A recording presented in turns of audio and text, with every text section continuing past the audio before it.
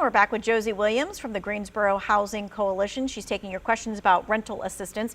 We briefly touched on if you need repairs done from your landlord, you need to put it in writing. Let's talk just a little bit more about that. What do they need to do, and why is in writing so important? In writing puts you in a position where you have formally recorded your request of that landlord. That way it takes out of the scenario of he said, she said, which does not bode well when there's a complaint that comes up that actually could end up in court. So it's always good to have any agreements in writing, any request in writing. And the rule of thumb is to write a letter, include dates on the letter and your address, and state which repairs that need to be made, and ask your landlord to make the repairs, but then also give your landlord a reasonable number of days to respond, but keep a copy of that letter and send the letter, if possible, certified mail. This shows that the landlord received the letter, so there's no question about that. Yes. All right, so this question comes in, do you offer programs for first-time home buyers?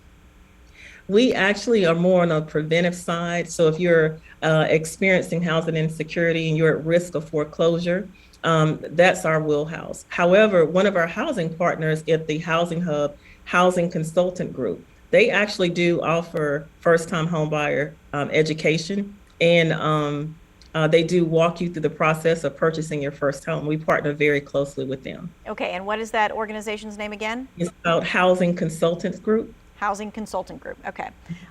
This next question is, what conditions must be met to legally break your lease?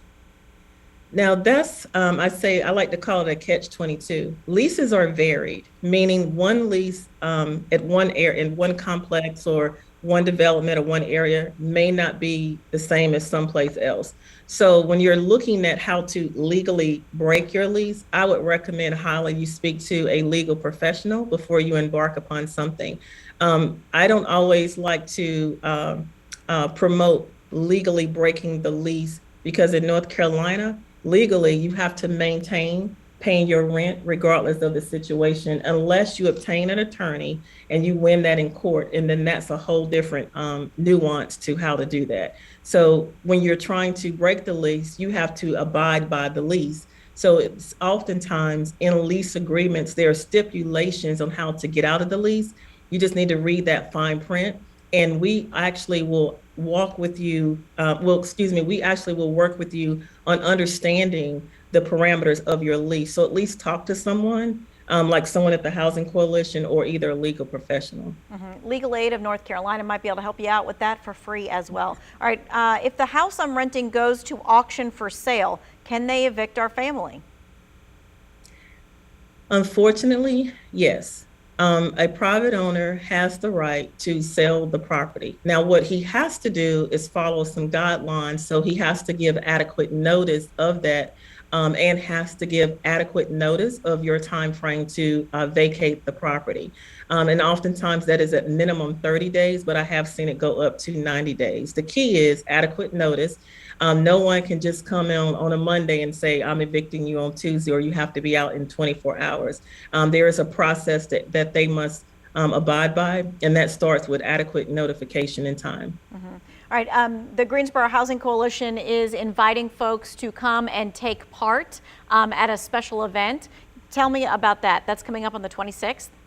Yeah, so on May 26th from 2 p.m. to 4 p.m., we are bringing together multiple housing partners and other resource agencies to help support the residents at British Lakes and New Garden in providing resources. It is particularly for these residents because they have a June 1 deadline to vacate the property. However, we recognize there are other folks that are in this situation, and it may serve you well to come join us to meet the housing resource agencies and other volunteers that possibly could support while you're about to transition.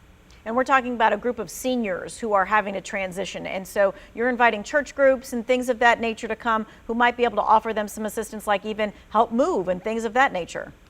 Yes, and the event will not be at the Housing Coalition, so I want to be clear that the event is going to be at St. Barnabas Episcopal Church on Jefferson Road, and I can send you some information, Tanya, to share out. Again, May 26, 2 to 4 at St. Barnabas Episcopal Church on Jefferson Road in Greensboro. All right, and so you're asking anyone in the community who might be able to give some sort of resource to that. Also, and people can just simply go to Greensboro Housing Coalition website and look for helps there and phone numbers and things of that nature.